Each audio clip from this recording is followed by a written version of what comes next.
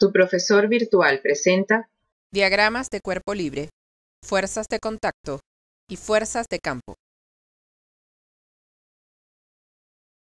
Los diagramas de cuerpo libre son representaciones gráficas en las que se aísla un elemento del sistema al que pertenece y se representan los vectores correspondientes a las fuerzas que actúan sobre él. En la lección correspondiente a la segunda ley de Newton, aislamos el objeto que colgaba y representamos las fuerzas que actuaban sobre él.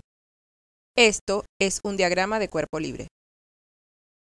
Para poder representar todas las fuerzas que actúan sobre un cuerpo, debemos conocer en detalle los tipos de fuerza que hay, ya sean de contacto o de campo.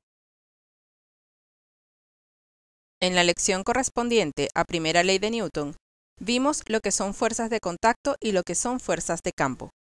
Conozcamos ahora cuáles son. Las fuerzas de contacto son las fuerzas aplicadas, las fuerzas de roce, las fuerzas normales, las fuerzas de tensión y las fuerzas elásticas.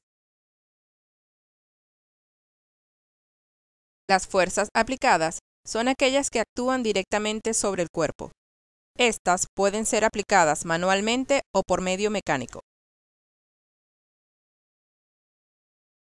La fuerza de roce es una fuerza que existe toda vez que haya contacto entre dos superficies.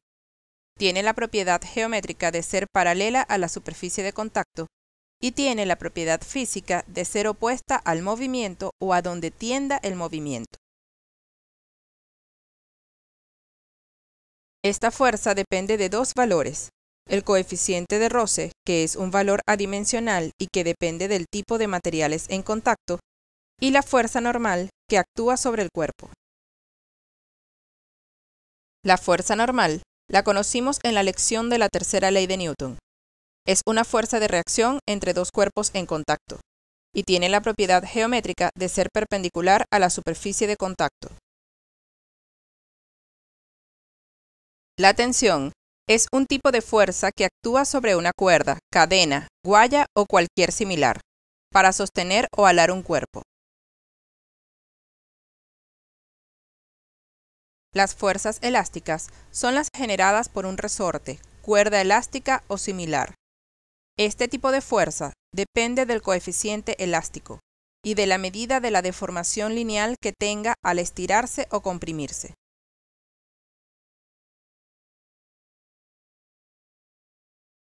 Continúa con la segunda parte de esta lección para aprender acerca de las fuerzas de campo y de cómo realizar diagramas de cuerpo libre. Tu profesor virtual, desarrollando soluciones virtuales para tus necesidades académicas.